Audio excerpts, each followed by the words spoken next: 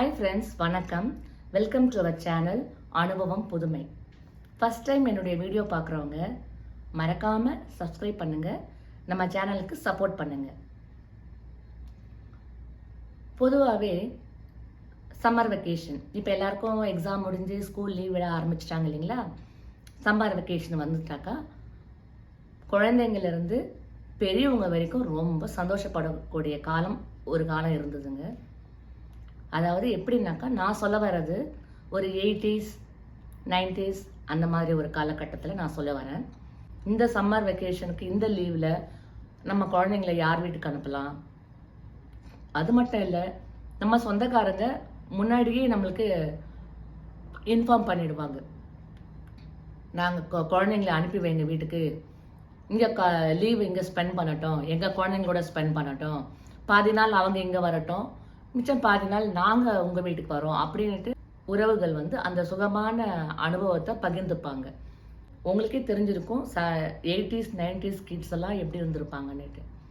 நம்ம நம்ம அத்தை வீட்டுக்கு போகிறோம், மாமா வீட்டுக்கு போகிறோம், பெரியப்பா வீட்டுக்கு போகிறோம், சித்தப்பா வீட்டுக்கு போகிறோம் அப்படின்ட்டு லீவ் விடுறதுக்கு முன்னாடியே நம்ம ஃப்ரெண்ட்ஸ் கிட்ட எல்லாம் இன்ஃபார்ம் பண்ணிவிடுவோம், நம்ம அங்கே போகிறோம் இங்கே போகிறோம்னு சொல்லிட்டு, இல்லைங்களா? அதே போல தான் அவங்களும் நம்மளும் தாத்தா பாட்டி வீட்டுக்கு போகிறோம் அப்படின்னு கூட சில பேர் இருப்பாங்க. நிறைய பேர் தாத்தா பாட்டி வீட்டுக்கு தான் போவாங்க. தாத்தா பாட்டி, அத்தை, சித்தப்பா, சித்தி இப்படி போவாங்க. தாத்தா பாட்டிங்களும் ரொம்ப சந்தோஷப்படுவாங்க. என் பேர குழந்தைங்கள்லாம் லீவில் நம்மளோட தான் இருக்க போகிறாங்க அப்படின்னு ரொம்ப சந்தோஷத்தில் என்ன பண்ணுவாங்க, வீடெல்லாம் க்ளீன் பண்ணுவாங்க, குழந்தைங்களுக்கு வேண்டிய ஏற்பாடெல்லாம் செஞ்சு வைப்பாங்க. தாத்தாவும் ஓடி போய் குழந்தைங்களுக்கு, பேர குழந்தைங்களுக்கு என்ன வேணுமோ அதெல்லாம் வாங்கிட்டு வந்து ரெடி பண்ணி வைப்பாங்க. பாட்டியும் மனசுக்குள்ள ஒரு கணக்கு போட்டிருப்பா, இன்னைக்கு என்ன, நாளைக்கு என்ன செஞ்சு தரலாம், அடுத்த நாள் என்ன செஞ்சு தரலாம், குழந்தைங்களுக்கு தின்பண்டங்கள். அதுதானே ரொம்ப அப்பெல்லாம் பொழுதுபோக்கு நமக்கு. இதை செஞ்சு கொடுக்கலாம், அதை செஞ்சு கொடுக்கலாம். தாத்தாவும் ஒரு பிளான் போட்டிருப்பாரு, நம்ம பேர குழந்தை வந்தால் நம்ம இங்கே கூப்பிட்டு போகலாம், அந்த கோவிலுக்கு கூப்பிட்டு போகலாம், அந்த மியூசியம் கூப்பிட்டு போகலாம் அப்படின்னுட்டு தாத்தா பாட்டி மாற்றி அவங்க ஒரு பிளான் போட்டு வச்சுருப்பாங்க, இல்லைங்களா? இது நடைமுறையில் இருந்தது ஒரு காலகட்டத்தில். ஆனால் இப்போ அப்படி இருக்குதுங்களா? நீங்கள் கொஞ்சம் யோசிச்சு பாருங்களேன். இப்போ அந்த ஒரு அனுபவம் இப்போ இருக்குதுங்களா? இல்லைங்களே. இப்போ எல்லாருமே பேரண்ட்ஸ் முதல் கொண்டு சம்மர் வெக்கேஷன் விட்டாங்கன்னா நம்ம எங்கே போனோங்கிறத அவங்க பேரண்ட்ஸே முடிவு பண்ணிக்கிறாங்க. குழந்தைங்களோட ஆசைகளை பூர்த்தி பண்ணுறாங்களோ இல்லையோ எனக்கு தெரியாது. But most of the parents அவங்களுக்கு இது ஒரு சான்ஸு. அவங்க வேர்ல்டு டூர் போனோன்ட்டு அவங்களோட பிளான், அவங்களுடைய ஆசைகளை குழந்தைகள் மூலமாக நிறைவேற்றிக்கிறாங்க, இல்லைங்களா? இது பெரும்பாலும் மோஸ்ட் ஆஃப் த ஃபேமிலியில் நான் பார்த்தது உண்டு. தாத்தா பாட்டிங்க ஏக்கத்தோடு காத்துட்ருப்பாங்க. ஆனால் அவங்க ஒரு பிளான் போட்டு வச்சுருப்பாங்க, இங்கே போகலாம், இந்த கண்ட்ரிக்கு போகலாம், அந்த கண்ட்ரிக்கு போகலாம் அப்படின்ட்டு ஒரு பிளான் போட்டு. குழந்தைங்களுக்கு என்னங்க தெரியும்? குழந்தைங்களும் சந்தோஷம், நாங்களும் ஃபாரின் போகிறோம், ஃப்ளைட்டில் போகிறோம், அங்கே போகிறோம், இங்கே போகிறோம், அவங்களுக்கு அது ஒரு ஃபன், இல்லைங்களா? அப்படின்னு போகிறோம். இந்த மாதிரி ஒரு சூழ்நிலையில் நம்ம யாரை மிஸ் பண்ணுறோங்க? கண்டிப்பாக குழந்தைங்க தாத்தா பாட்டியை கண்டிப்பாக மிஸ் பண்ணுவாங்க. தாத்தா பாட்டி ரொம்பவே மிஸ் பண்ணுவாங்க பேர குழந்தைங்களுக்காக. ஆனால் இந்த இடையில குறுக்கீடு பண்ணுறது யாருன்னு நீங்கள் தான் சொல்லணும். இப்போ இருக்கிற பெற்றோர்கள் தான் நான் முக்கவாசி சொல்வேன். என்னை மன்னிச்சுக்கோங்க, யாராவது நான் தப்பாக சொன்னேன்னா என்னை மன்னிச்சுக்கோங்க. ஆனால் இப்போ இருக்கிற பெற்றோர்கள்லாம் பசங்களுக்கு எக்ஸ்போஷர் வேணும், நிறைய எக்ஸ்போஷர் வேணும் அப்படின்னு சொல்லிட்டு எந்த ஒரு லீவ் விட்டாலும் ஏதோ ஒரு ப்ரோக்ராம் போட்டுக்கிட்டு ஒரு ஸ்டேட்டுக்கோ, அடுத்த கண்ட்ரிக்கோ அப்படி தான் போனோன்ட்டு ஒரு பிளான் வச்சுருக்காங்க. உறவுகள் மேம்படுத்துறதுக்கு யாராவது முயற்சிக்கிறாங்களா? இல்லைங்க, கண்டிப்பாக கிடையவே கிடையாது. இதனாலேயே பல உறவுகள் தொலைந்து போய்விட்டது. பல உறவுகள் தொலைந்து போனது தான் மிச்சம். மோஸ்ட் ஆஃப் த தாத்தா பாட்டிங்களாம் பேர குழந்தைங்களுக்கு ஏங்கிட்டு இருக்கிறாங்க. ஏக்கம்தான் மிச்சம் அவங்களுக்கு. அதுவும் தாத்தா பாட்டிங்கள் மட்டும் இல்லைங்க, அத்தைங்க, மாமாங்க, எல்லா உறவுகளையும் நம்ம குழந்தைங்க மிஸ் பண்ணுறாங்க. ஒரு காலத்தில் சம்மர் வெக்கேஷன் வந்துட்டேனாக்கா எல்லாரும் விதவிதமான கனவுகளோட தாத்தாவை பார்க்க போகிறேன், பாட்டியை பார்க்க போகிறேன், என் மாமாவை பார்க்க போகிறேன், அத்தையை பார்க்க போகிறேன் அப்படிலான்ற ஒரு கனவுகள்லாம் ஒரு காலத்தில் இருந்த குழந்தைங்க. நம்மெல்லாம் வளர்ந்தபோது அப்படி தான் வளர்ந்தோம்.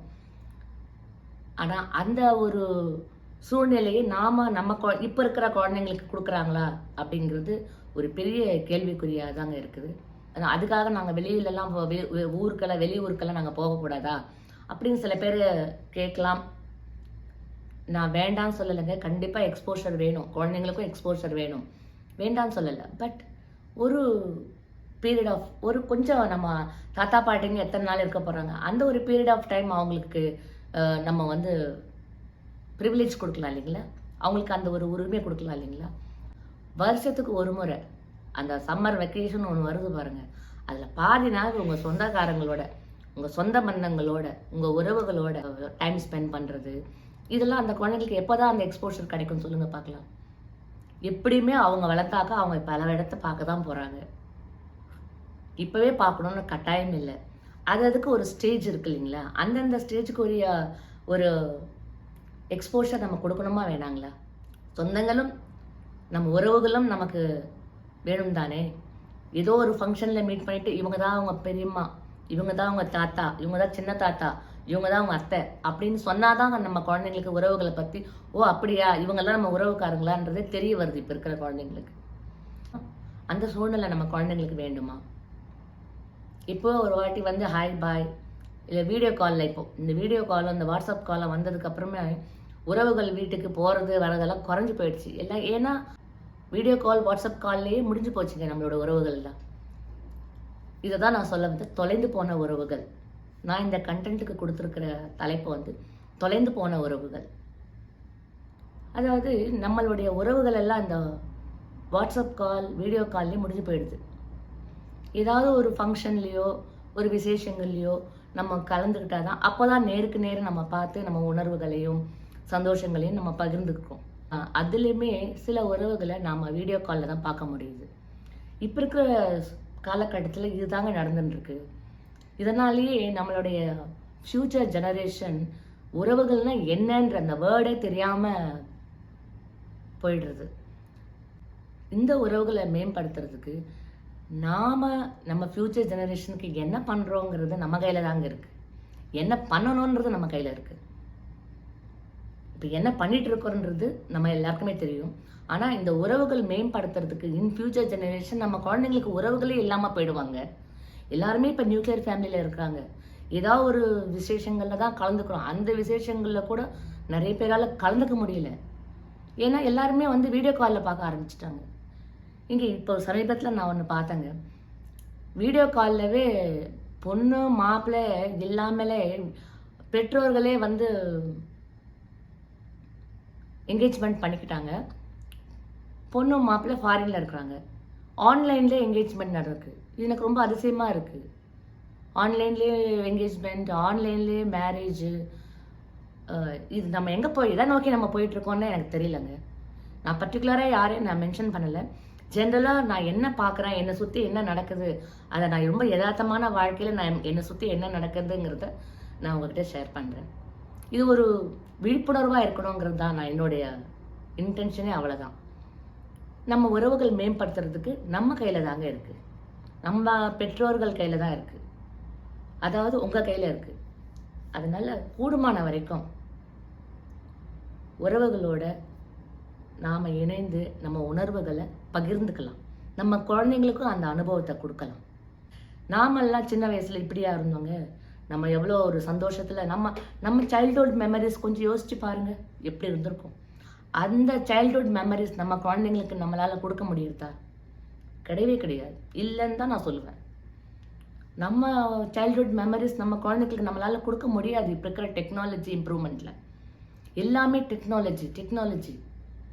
Technology has improved a lot. ஆனால் அது எதுக்குன்னு எனக்கு தெரியல. டெக்னாலஜி வளர வளர வளர வளர உறவுகள் சுருங்கி போயிடுச்சுங்க. டெக்னாலஜி வளர்றதுக்கு நமக்கு அறிவை தான் வளர்க்கணும், உறவுகளை வந்து பிரிக்கக்கூடாது. ஸோ முடிஞ்ச வரைக்கும் எல்லாரும் உங்கள் குழந்தைங்களுக்கு உறவுகளை மேம்படுத்துறதுக்கு நீங்கள் என்ன பண்ணணுங்கிறத உங்கள் கையில் இருக்குது. கண்டிப்பாக நீங்கள் என்னுடைய ஆதங்கத்தை, என்னோட கருத்தை அக்செப்ட் பண்ணிப்பீங்கன்ற ஒரு நம்பிக்கையில் நான் மறுபடியும் இன்னொரு அனுபவத்தின் கதையின் மூலம் உங்களை நான் சந்திக்கிறேன். நன்றி, வணக்கம்.